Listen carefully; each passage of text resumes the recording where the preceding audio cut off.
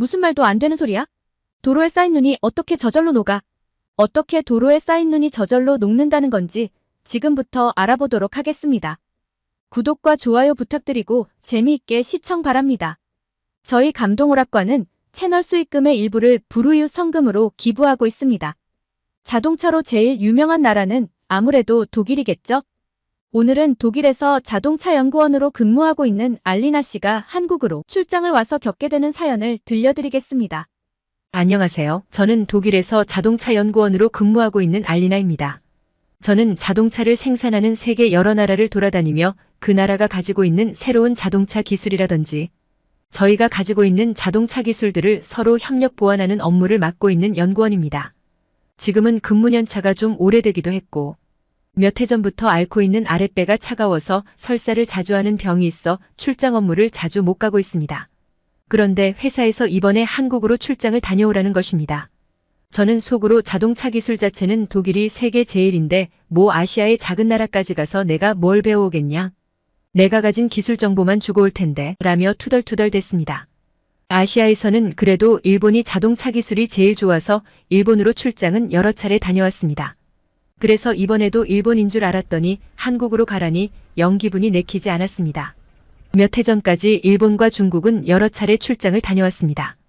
갈 때마다 별로 그렇게 신기한 것도 없고 해서 아시아로 출장을 가라는 건 제게 그리 내키는 일은 아니었습니다. 더군다나 아시아 최고 경제대국 일본을 많이 가봐서 알지만 아시아는 제게 그냥 수준 낮은 나라들로만 여겨졌습니다. 그리고 아랫배가 차가워서 설사를 자주 하는 저로선 장거리 출장은 가고 싶지가 않았지요. 화장실을 편하게 갈 수가 없으니깐요. 그래도 어쩌겠습니까? 회사의 지시이니 갈 수밖에요. 대충 짐을 싸고 한국에 가서 여행이나 좀 하고 리프레시나 할 마음으로 비행기를 탔습니다. 비행기를 타고 나서 기내식을 먹고 나니 또 속이 불편했습니다. 화장실을 몇 번 들락날락하느라 제대로 쉬지도 못하고 10시간 반이 걸려 한국에 도착했습니다. 화장실 들락거리느라 쉬지도 못해서 컨디션이 썩 좋지 않았습니다. 인천공항에 도착하자마자 또 배가 슬슬 아파왔습니다. 하지만 화장실 가기가 싫었습니다. 몇 해 전 중국에 갔을 때 화장실이 너무 충격적이어서 한국도 마찬가지일 거라는 생각에 가기가 싫었습니다. 그런데 신호가 너무 세게 와서 어쩔 수 없이 화장실을 찾아갔습니다. 그런데 상상했던 거와는 정반대였습니다. 어떻게 이렇게 깨끗한 화장실이 있을 수가 있지? 라는 생각이 들 정도로 깨끗했습니다.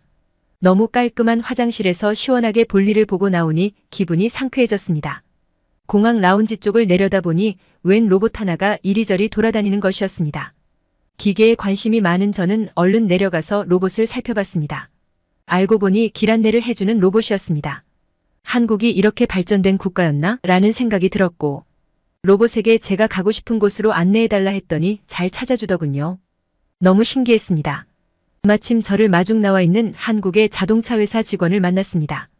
젊고 이쁘게 생긴 여성이었습니다. 통성명을 하고 여직원이 타고 온 차로 이동을 하였습니다. 이동하는 도중에 제 짐도 대신 들어주고 환하게 웃어주는 얼굴이 매우 친절한 사람 같았습니다. 공항을 빠져나오면서 한국의 도로들을 유심히 봤습니다. 몇 해 전 갔던 일본 도로들보다 훨씬 넓고 정비가 잘 되어 있었습니다. 그런데 인천대교라는 곳을 지나가는데 차에서 무슨 말소리가 나는 것이었습니다. 한국 직원에게 물어보니 통행료가 지불되는 소리라고 했습니다. 독일에서는 고속도로가 무료인데 여기서는 통행료를 낸다니 역시 독일이 선진 복지국가답다고 생각했습니다. 그런데 자동으로 통행료가 지불되는 게 신기하긴 했습니다. 밖을 내다보니 차가 바다 한가운데로 달리는 게 특이했습니다.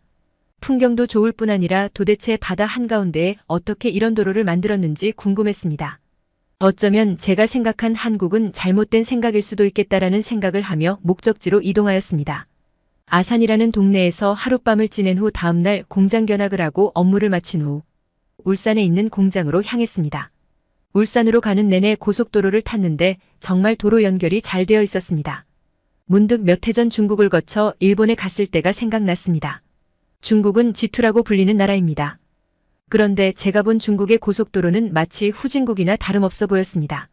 광활한 국토로 인해 고속도로망을 엄청난 속도로 건설하고 있었지만 고속도로의 시설 품질과 편의성은 20세기 중반 정도밖에 돼 보이지 않았습니다.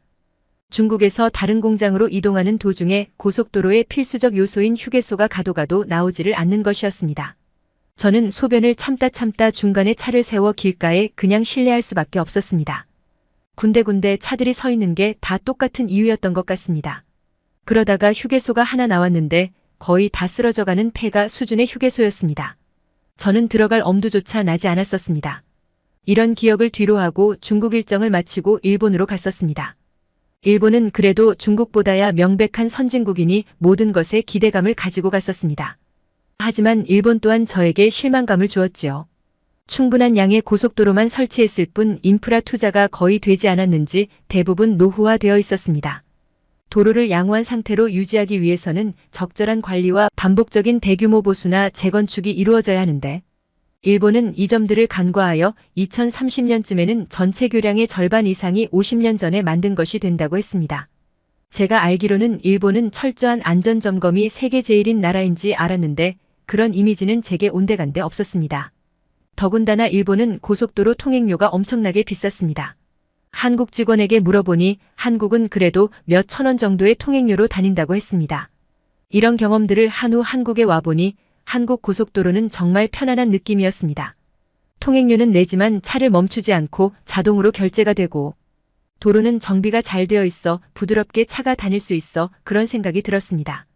울산으로 향하는 도중 저는 또 배가 슬슬 아프기 시작했습니다. 그런데 별로 걱정은 되지 않았습니다. 고속도로 달리는 내내 밖을 보니 대충 30분 정도에 하나씩 휴게소가 있는 거를 봤기 때문입니다. 그래서 한국 직원에게 화장실 좀 가게 해달라고 부탁을 했습니다. 5분만 기다리면 된다고 하였습니다. 5분 뒤 휴게소가 나왔고 바로 들어갔습니다. 저는 휴게소를 보자마자 감탄했습니다. 마치 쇼핑몰 같은 모습이었습니다. 일단 볼 일이 급하니 화장실로 향했습니다. 금요일이라 그런지 차들이 많았습니다. 화장실에 들어가니 화장실 칸칸마다 빨간 불빛이 들어와 있는 것이었습니다. 한국 직원이 말하길 초록 불빛이 나오면 비어 있는 거고 빨간 불빛은 사용 중이라고 하였습니다. 일일이 똑똑 두드리지 않아도 되니 편리해 보였습니다. 그리고 독일에서는 고속도로 휴게소 화장실이 유료인데 한국은 휴지조차 안 가지고 가도 되는 무료였습니다. 독일이 선진복지국가라고 자부했던 게 무너지는 느낌이었습니다. 화장실이 다 사용 중인지 빨간 불빛이 다 들어와 있습니다. 그런데 어떤 한국분이 들어오더니 화장실이 다 차 있는 것을 확인한 후 바닥에 초록색이 그려진 곳에 핸드폰을 보며 서 있는 것이었습니다. 잠시 후 화장실로 들어오는 사람들이 이상하게도 전부 그 사람 뒤로 줄을 서는 것입니다. 저는 왜 사람들이 줄을 서냐고 물었습니다. 그랬더니 화장실이 꽉 차 있으면 저기에 줄을 서는 게 암묵적인 약속이라고 했습니다. 누가 지키고 서 있으면서 제지하는 것도 아닌데 한국 사람들은 질서를 알아서 지키는 선진국민들인 것 같았습니다. 저도 그 줄에 끼어서 기다렸다가 볼일을 보고 나왔습니다. 볼일을 보고 나오니 배가 출출했습니다. 한국 직원에게 간단하게 요기를 하고 가자고 했습니다. 음식을 추천해달라고 하니 한국 직원은 배가 항상 편치 않으시니 잠깐 기다리라고 한 후 스프 같은 것이 들어있는 쟁반을 가지고 왔습니다. 죽이라는 것이라고 했습니다. 저는 추천해준 음식이니 잘 먹겠다고 하고 한술 떠보았습니다. 밍밍하면서도 짭짤했습니다. 위에는 잣도 있어서 고소한 맛도 났습니다. 다 먹고 나니 속이 편안하고 든든했습니다. 한국 직원할 한국에서는 속이 불편할 때 이 음식을 꼭 먹는다고 했습니다. 먹고 나니 왜 먹는지 이해가 갔습니다. 제가 먹는 동안 한국 직원은 옆에서 김밥과 라면이라는 것을 먹고 있었습니다. 저는 죽을 먹는 내내 김밥의 고소한 냄새와 그 안에 들어있는 야채들, 그리고 라면 안에 들어있는 콩나물을 보며 너무나 먹고 싶었습니다. 독일에서 병원에 갔을 때 야채를 많이 먹으라고 했었습니다. 그런데 김밥과 콩나물이 들어있는 라면을 보니 건강에도 괜찮겠다라는 생각이 들었고 그 냄새들이 제 코를 자극했습니다.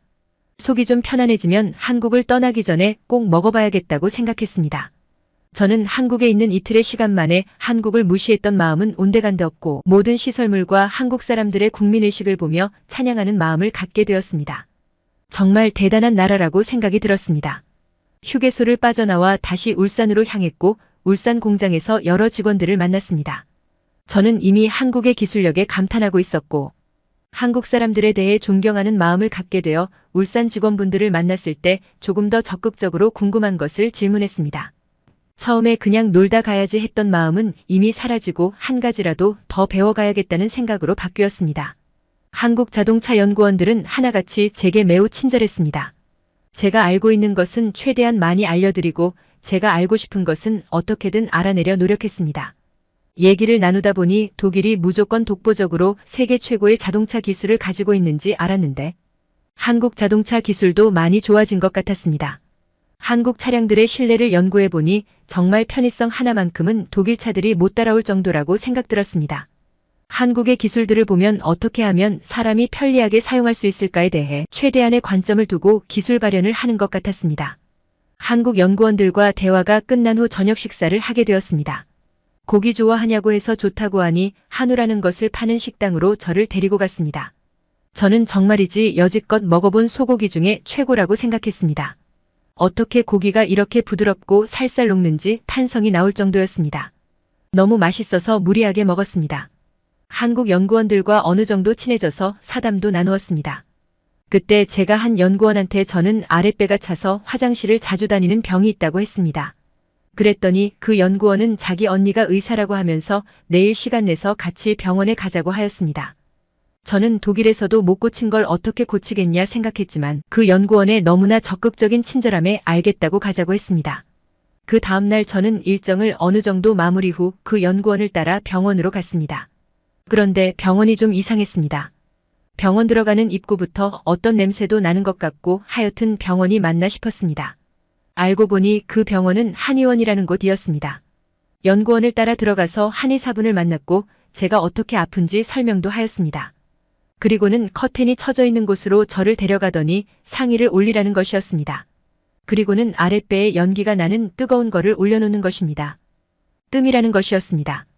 처음에는 뜨거워서 못 참겠더니 시간이 지날수록 배가 편안해지게 느껴졌습니다. 침도 맞고 뜸도 뜨고 나니 한결 속이 좋은 것 같았습니다. 처음 받아보는 치료라 신기했습니다. 의사 선생님은 한 번 받아서는 낫지 않으니 일단 최대한 편안하게만 해준다고 하셨습니다. 지나고 나서 느낀 건데 치료받은 이후로 한국에 있는 동안은 화장실을 거의 가지 않았습니다. 화장실에 가도 설사를 하지는 않았습니다. 독일에 돌아가면 한국인들이 많이 사는 곳에 가서 한의원이 있는지 찾아봐야겠다고 생각했습니다. 울산 직원들의 환대를 받고 마지막으로 울산 공장에서 개발한 차량을 타고 서울 본사로 가게 되었습니다. 저는 국제 면허증이 있어서 제가 직접 테스트 주행을 하기로 하였습니다. 같이 온 한국 직원이 옆에 동승을 하고 서울로 향하였습니다. 고속도로를 타서 한참 달리는데 한국 직원이 켜놓은 핸드폰 내비게이션에서 빨간불 같은 게 반짝반짝이면서 뭔가 경고를 하는 느낌이었습니다. 한국 직원에게 핸드폰이 이상하다고 하니 그건 과속단속 카메라가 있다는 경고라고 하였습니다. 속도를 맞춰서 가라는 것이었습니다. 신기한 기능이었습니다. 핸드폰 내비게이션은 외국인에 맞는 언어로 바꿀 수도 있다고 했습니다. 한국 기술자들은 참 뭐든지 경우의 수를 다 가지고 개발을 하는 것 같습니다. 저는 어젯밤에 독일로 보낼 리포트를 쓰느라 늦은 밤까지 일을 했습니다. 그래서 그런지 졸음이 몰려오기 시작했습니다. 테스트 주행이니 옆에 직원에게 운전대를 맡길 수도 없었습니다. 한참을 달리는데 제가 졸고 있는 것 같았습니다. 그 순간 차 밑에서 드르륵 드르륵 거리는 소리가 나서 깜짝 놀라서 정신을 차렸습니다. 소리가 너무 커서 잠이 확 달아났습니다. 한국 직원에게 방금 내가 뭘 잘못했는지 물어보니 한국 직원은 이건 럼블 스트립이라는 장치라고 했습니다.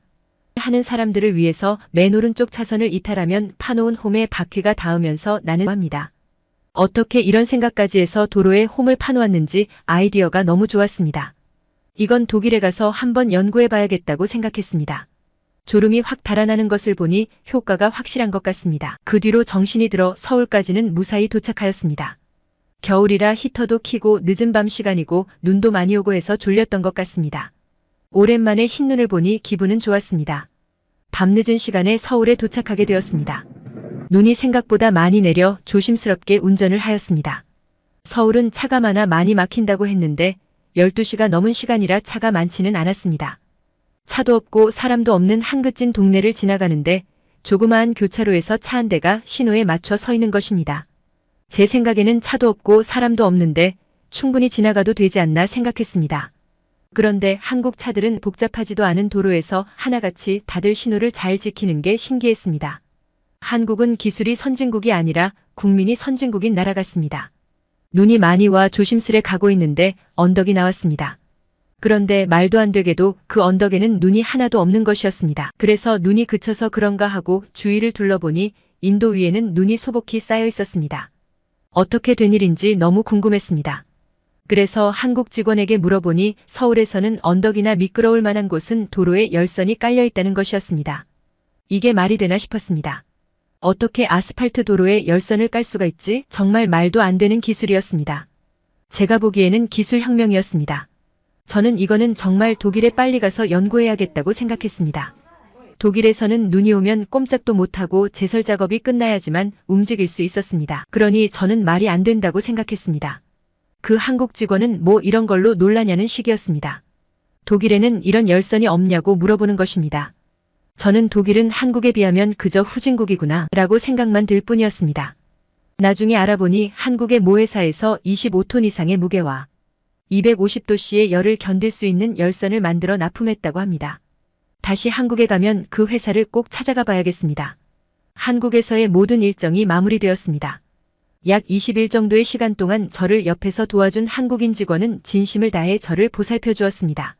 중국이나 일본에서 저는 그들에게 그저 낯선 이방인일 뿐인 대접을 받았지만 한국에서 만난 모든 사람들은 저에게 손님 이상의 대접을 해주었습니다. 저를 도와준 통역사 한국 직원분에게 저는 넘치는 호의와 친절을 받았는데요. 일본이나 중국 출장 때는 저를 도와주는 분들이 시간 외에는 절대 저에게 어떤 호의도 베풀어주지 않았는데요. 한국인 직원분은 식사 때마다 맛집을 찾아다니며 제게 맛있는 음식을 먹게 해주었고 가는 동네마다 역사적인 곳을 데리고 다니며 한국의 역사에 대해서 설명도 해주었습니다. 저는 한국에서 직접 경험한 한국의 기술과 한국인들의 따뜻한 마음씨를 항상 간직하며 나도 한국인들처럼 따뜻한 마음으로 세상을 살아가야겠다고 다짐했습니다. 처음에 불만투성이로 한국을 왔던 걸 후회했습니다. 한국을 안 와봤으면 저는 제자리 걸음하는 인생을 살았을 것 같습니다. 이제 저는 한국에서 보고 들은 것을 독일에 맞게 적용하는 일을 해야 할 것 같습니다. 다시 한번 한국인들처럼 열심히 살아봐야겠습니다. 제 얘기 끝까지 들어주셔서 감사합니다. 여러분 알리나 씨의 사연을 어떻게 보셨나요? 한국을 인정해주니 저 또한 가슴 뿌듯하네요. 감동오락관은 여러분의 감동적이고 가슴 따뜻한 사연을 기다리고 있습니다. 구독과 좋아요는 무료이니 마음껏 눌러주세요. 여러분들의 소중한 사연을 제보해 주실 분들이 있다면 댓글이나 메일로 남겨주시면 이야기로 만들어 드리겠습니다.